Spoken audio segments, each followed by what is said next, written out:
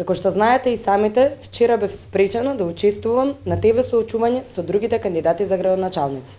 Затоа ви благодарам што денес дојдовте и ја направивме оваа пресконференција на која што можеме да продолжиме да ги представиме нашите политики и нашите мерки кои што ги предвидовме во нашата програма конкретно за Куманово. Куманово беше град кој беше познат по насмевката и Куманово беше град кој беше познат по весели луѓе. Некако, како културата и културниот живот во Куманово да се изгуби. Живееме постојано во сивил.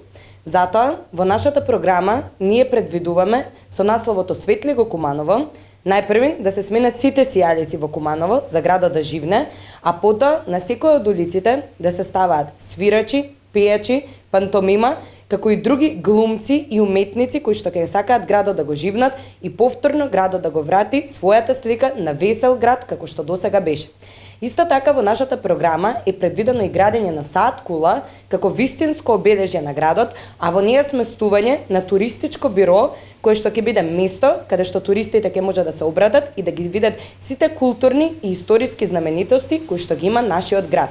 Исто така, во нашата програма предвидуваме и организирање на Бела ноќ, односно месец на Белата ноќ во Куманово, како значајно за нас е киното за сите. Сите млади ни укажуваат на тоа дека во Куманово не постои кино.